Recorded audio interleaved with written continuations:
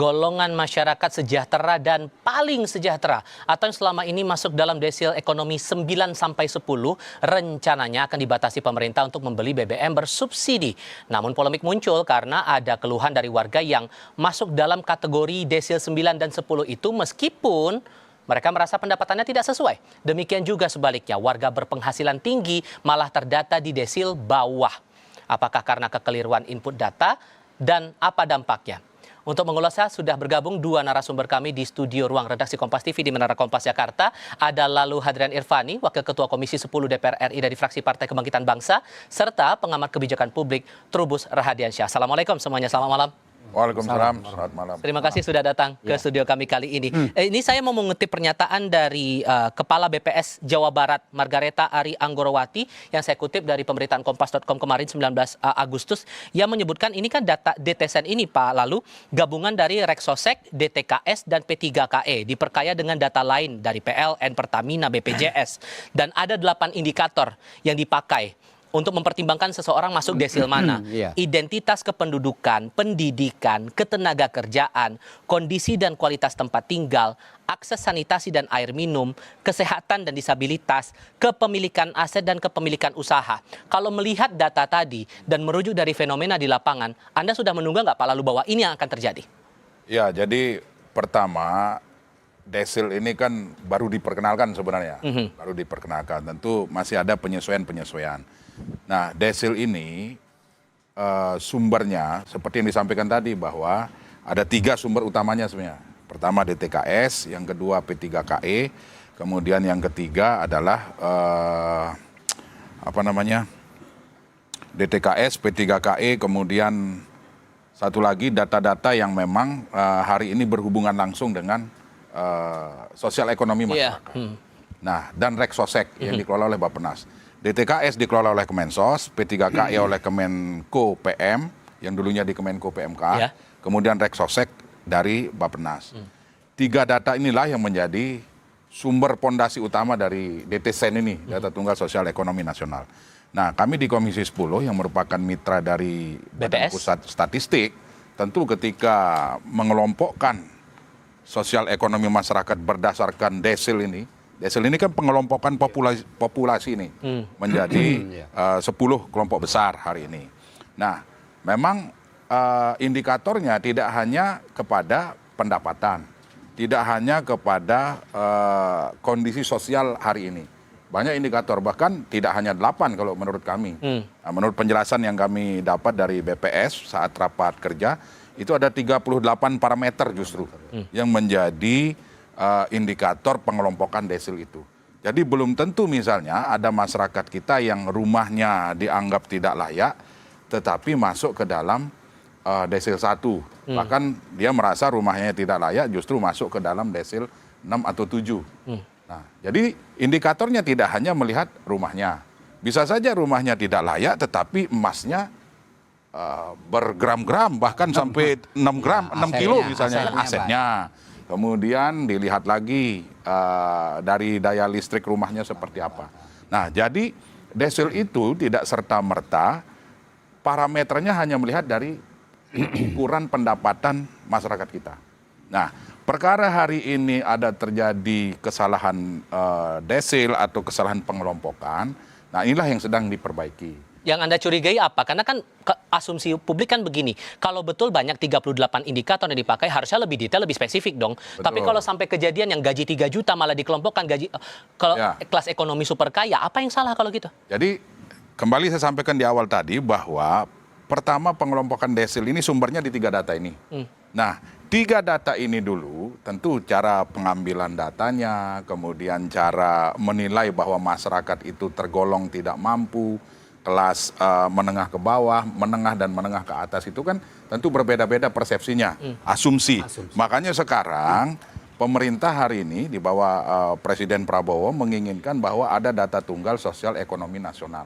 Agar apa? Agar bantuan itu tepat sasaran, bansos tepat sasaran kepada orang yang menerimanya. Nah, data-data saya curiga ini, kami curiga bahwa data-data yang bersumber dari DTKS, P3KE, kemudian Reksosek ini ada kemungkinan pada saat pengambilan data itu memang pertama kondisi masyarakat tersebut pada saat itu memang ya katakanlah misalnya dia harusnya masuk desil 1. Tetapi ternyata setelah perkembangan 3 bulan, 6 bulan, bahkan 1 tahun berkembang berjalan, dia tidak sempat melaporkan atau merubah data. Bahwa di dalam 1 tahun atau di dalam 6 bulan ini terjadi peningkatan kesejahteraan misalnya. Nah itulah yang tidak dilaporkan. Kalau yang kebalikannya? Nah kebalikannya juga begitu. Nah ini memang harus dilaporkan. Nah oleh sebab itu kami di Komisi 10 menyarankan kepada BPS untuk melakukan cross-check berkala. Cross-check lagi data dari DTKS, data dari Reksosek, data dari P3KI tersebut maupun data-data pendukung lainnya. Nah oleh sebab itu cross-check berkala ini juga penting dalam rangka itu tadi, mengevaluasi. Dan sekarang sudah disiapkan oleh BPS, yaitu sanggah desil namanya. Jadi masyarakat yang hari ini memang merasa desilnya tidak sesuai dengan kondisinya, kondisi kesehariannya, maka itu bisa melakukan sanggah desil yang hari ini sudah dibuka oleh BPS. Tapi sederhananya dengan kasus yang semacam ini, Pak, ini kan berpengaruh juga masalah bantuan kepada mereka yang seharusnya berhak begitu dengan kondisi ekonomi yang tergambar saat ini. Kalau melihat seperti ini, Anda sempat menegur BPS juga nggak? Ya tentu, kita di Komisi 10 menegur bahkan keras. Teman-teman di Komisi 10 itu menyampaikan kenapa bisa lalai, kenapa bisa seperti ini kondisinya sehingga berujung kebingungan kepada masyarakat. Maka kami himbau, pertama BPS harus rutin sosialisasi. Apa parameter sehingga seseorang tersebut dikatakan desil 1 atau desil 10. Itu harus jelas parameternya. Sehingga jangan sampai orang berpendapat, masyarakat kita berpendapat bahwa pendapatan saya hanya 3 juta tetapi masuk ke desil 10. Nah, sementara BPS mengatakan benar dia desil 10 karena ada parameternya. Nah, parameter inilah yang harus disampaikan kepada masyarakat. Nah, parameter menurut Anda Pak Trubus yang paling esensial apa? Karena kan kalau melihat tadi yang disebutkan ada 38 indikator, tapi ternyata masih salah penempatan kelompok desil itu tadi.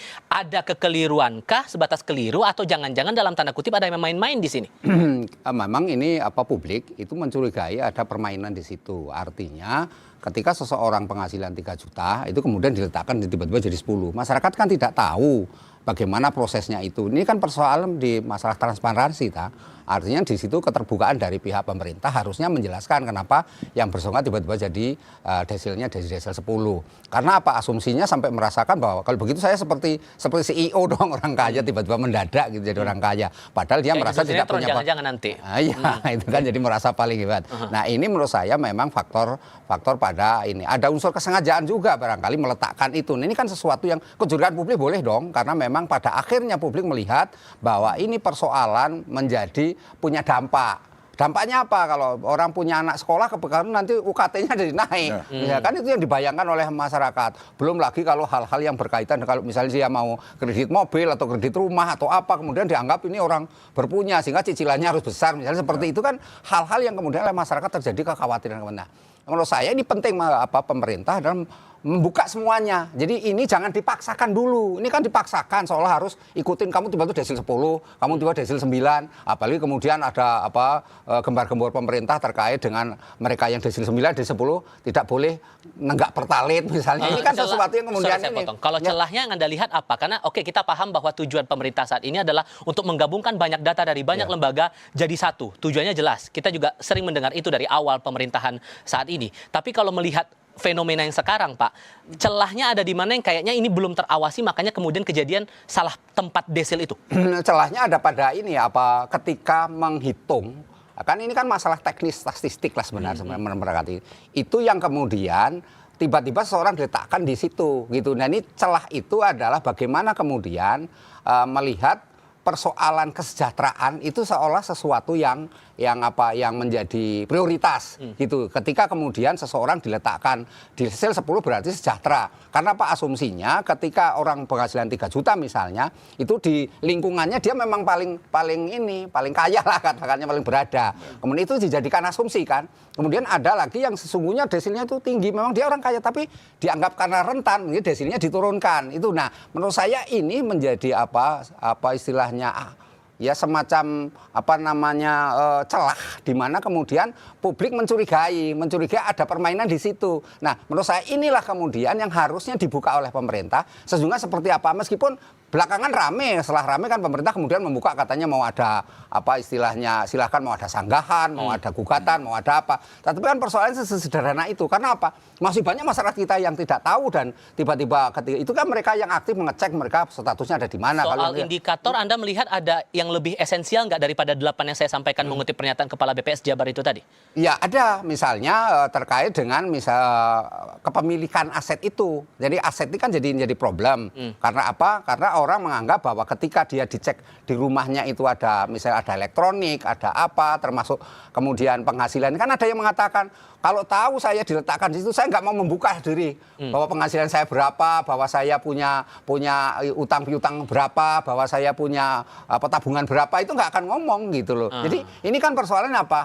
Persoalannya kemudian ada semacam jebakan kan. Artinya ketika diwawancarai itu orang itu merasa dijebak. Nah ini kan hal-hal yang menurut saya menjadi penting adalah bagaimana kemudian pemerintah segera merespon dalam arti apa? Memberikan kepastian lah gitu, kepastian dan ketenangan kepada pihak-pihak yang merasa tiba-tiba diletakkan sebagai desil yang tingkat tinggi itu. Gitu Soal kepemilikan aset juga Anda dapat cerita dari teman-teman BPS, itulah tantangannya yang membuat akhirnya nih datanya kadang-kadang suka berbeda dengan realitas sebenarnya. Ya, memang ya itu tadi indikatornya tidak hanya pendapatan itu. Kemudian pendidikan menjadi salah satu indikator, kesejahteraan, kepemilikan aset, bahkan demografi. Demografi di wilayah tadi itu.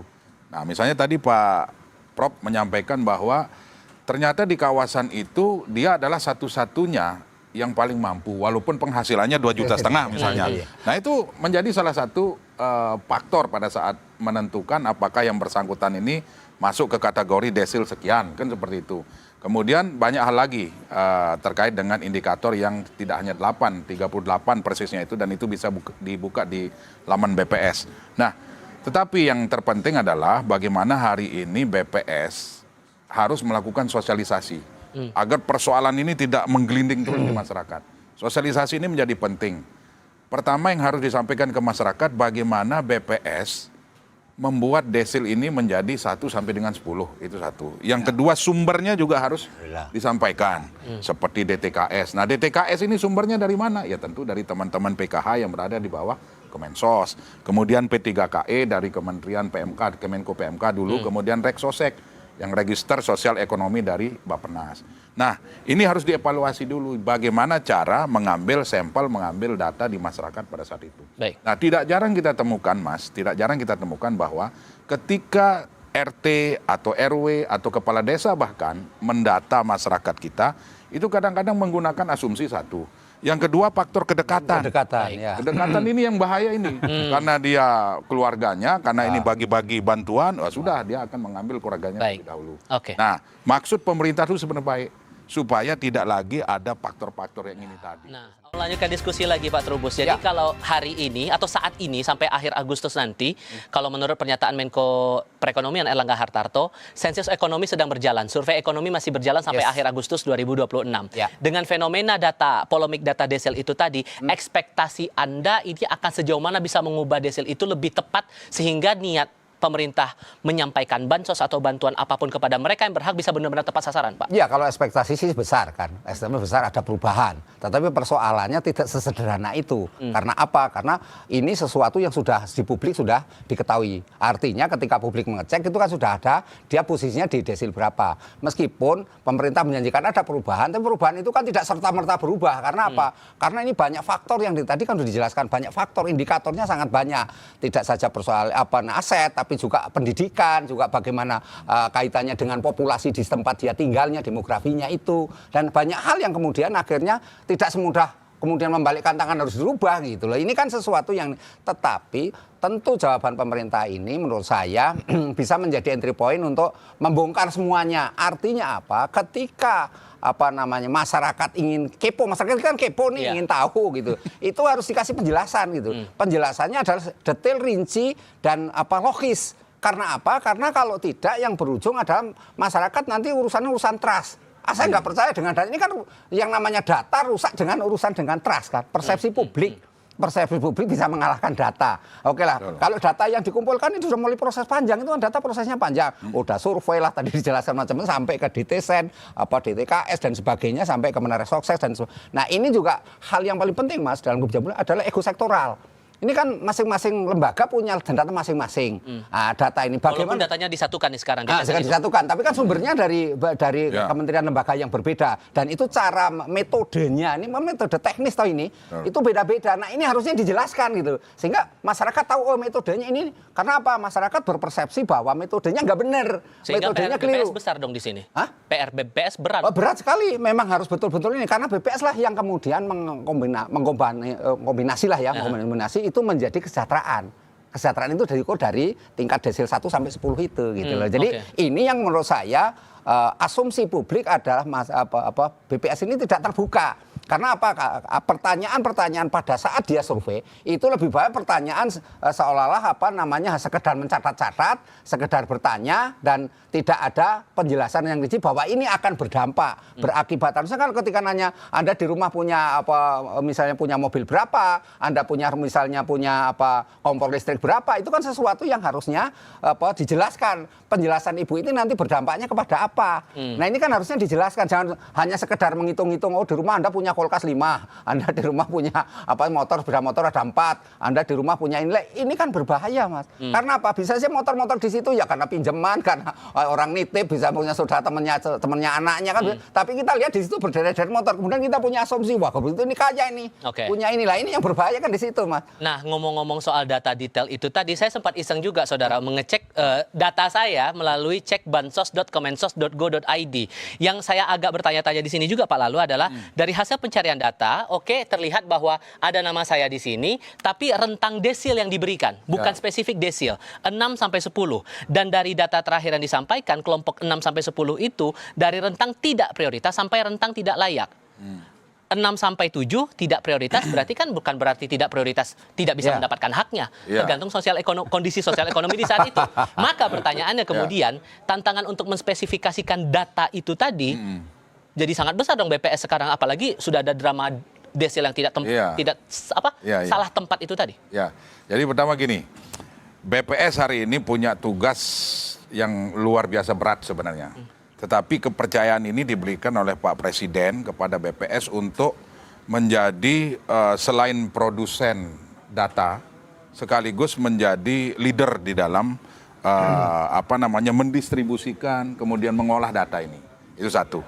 Yang kedua, dengan kondisi yang Mas sampaikan tadi, dengan posisi desil itu, kalau menurut saya sebenarnya sudah pas nih beliau ini di desil 6 dan 7. Kalau kita lihat dari parameter-parameter loh ya.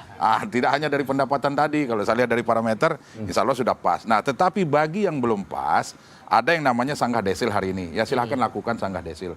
Bisa saja di dalam memperoleh data di sumber-sumber data sebelumnya itu terjadi kesalahan. Menggunakan asumsi, tidak dicacah satu persatu, tetapi menggunakan sampel. Nah, ini kan begitu. Nah, hari ini yang dilakukan oleh BPS adalah sensus ekonomi, bukan survei. Jadi kalau survei kan sampel, kalau sensus cacah satu persatu. Nah, mudah-mudahan melalui sensus ekonomi ini akan terpotret mana sebenarnya kondisi sosial ekonomi masyarakat kita yang sesungguhnya. Kemudian dari sensus ekonomi ini juga nanti akan terpotret kondisi perekonomian kita hari ini sebagai pijakan untuk memproyeksi perekonomian kita 5, 10, 15 tahun yang akan datang. Nah, itu penting. Nah, tetapi pijakan ini juga harus diperkuat dengan kondisi desil ini tadi. Nah, bagaimana caranya? Ya tentu BPS harus betul-betul menyampaikan kepada publik bagaimana metode pengambilan dan pengelompokan desil ini, kemudian kategorinya seperti apa sehingga dikelompokkan menjadi 10 desil, kemudian bagaimana cara masyarakat yang hari ini memang merasa tidak sesuai dengan desilnya. Karena yang ketar-ketir sekarang Pak adalah kelompok kelas menengah yang bikin khawatir mereka yang gaji-gaji yang sebetulnya pas-pasan tapi dikelompokkan super kaya. Ada kekhawatiran bahwa ini yang bikin mereka sebetulnya bisa berhak untuk mendapatkan bantuan, malah nggak bisa dapat bantuan. Itu apa yang harus dilakukan pemerintah? Singkat untuk masing-masing pertanyaan yang sama Pak. Jadi pertama evaluasi harus dilakukan. Lagi-lagi bahwa DTSEN ini kan merupakan program baru ya. Langkah baru yang dilakukan oleh pemerintah dengan tujuan sebenarnya agar bantuan-bantuan atau subsidi-subsidi itu benar-benar tepat sasaran. Nah, kalau kesalahan desil itu sudah banyak terjadi. Ada yang hari ini yang anggota DPR RI itu desilnya desil 2. Anggota DPR RI loh. Komisi Anda? Ada di komisi kami, di komisi 10. Itu yang menjadi sampel pada saat rapat dengan Siapa tuh? BPS. Siapa tuh? Kira-kira begitu. Oke. Nah, artinya bahwa kesalahan itu nyata. Kesalahan itu ada. Makanya kami di komisi 10 minta agar ini kita perbaiki. Oke. Ya kan? Seperti itu. Ancaman untuk kelas menengah, gimana Anda berharapnya pemerintah bisa mengambil sikap untuk data desil itu tadi, Pak? Ya, untuk kelas menengah ya menurut saya ini harus ada semacam tidak semata-mata penjelasan ya, tapi menurut saya kelas menang ini harus ada perlindungan. Perlindungan apa? Terhadap dampak-dampak yang diterima ketika dia dimasukkan sebagai desil 9 atau desil 10. Itu yang penting itu. Kemudian yang kedua adalah sekarang pemerintah saya kira gini ya, ada kolaborasi sinergitas yang harus sampai ke tingkat bawah, Mas. Baik. Artinya RT RW itu belum menjelaskan sampai kemana. RT RW kelurahan itu secara proaktif, masyarakat dihimbau untuk ngecek desil di mana kamu desilnya. Ketika sudah dapat desil yang tidak sesuai, kemudian dengan RT, dengan RW, dengan lurah tadi, kemudian melakukan semacam sanggahan. Kalau memang itu tidak sesuai. Ini bagian dari keterbukaan loh, Mas. Karena apa? Partisipasi publik itu menjadi kunci. Karena kalau tidak, masyarakat akan tetap nggak percaya nanti Oke. gitu. Itu yang menjadi masalah. Saling sama-sama membantu untuk pendataan, tapi ya itu tadi keterbukaan dari lembaga yang terkait itu juga menjadi penting di sini. Pak, lalu terima kasih Pak Trubus juga terima kasih sudah mau datang ke studio kami kali ini. Sehat selalu untuk Anda berdua.